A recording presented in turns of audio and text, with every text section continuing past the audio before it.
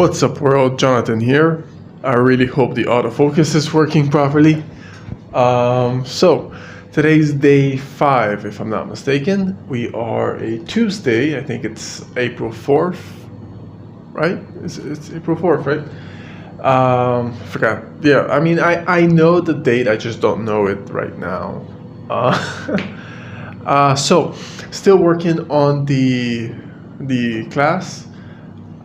It's a video editing class, and the big question at this point for me has been, do I get stock footage or do I film my own footage that I can then provide to the students?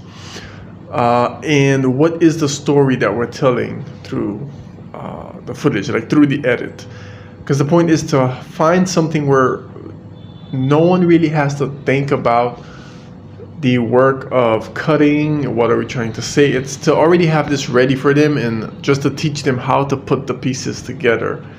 That way you learn the editing software, and at the same time you get a bit of editing base, and that gives you a well-rounded class. And then you can just apply those to whichever edits you want, and also equip the students with, how do I put this?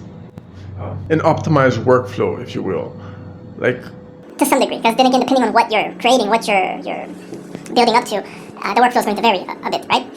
But to give a general idea of a few good approaches, like having the main story on the timeline and then adding B-roll over that, and then any supportive material such as text or little icons or animations over the B-roll, etc.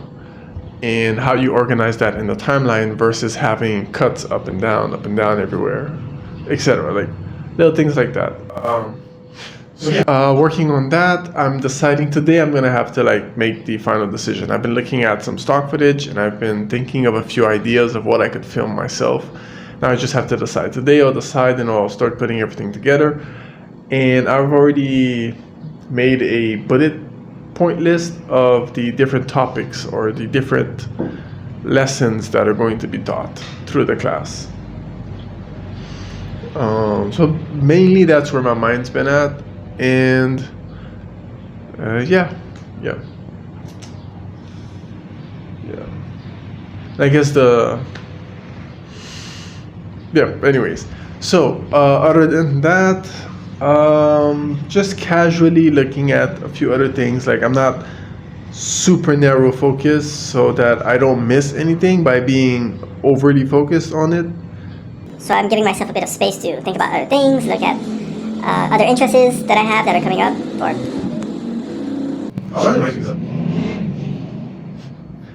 I'll speed up this part, but yeah, a bit of noise outside. Anyways, so yeah, just taking a bit of time to really let the mind.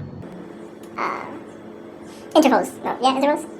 Anyways, I got a bit distracted with the sounds outside.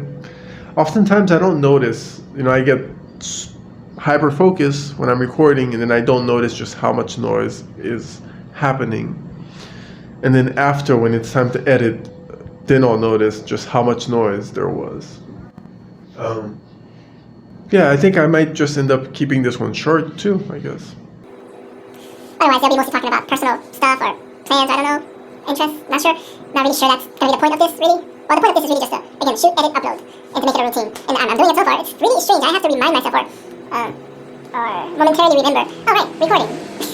But anyways, that's going to be it. I'm going to keep this one short. I already explained a bit of what's going on. It's going a little slow with the Star Wars game. By the way, I'm playing Knights of the Old Republic. Wait, is that what I'm playing? Yeah, no, Jedi Academy. Sorry, what am I saying? Jedi Academy. Yes, old game, but it's one of the ones I really liked. Yeah, I think I only finished that game once. So let's go.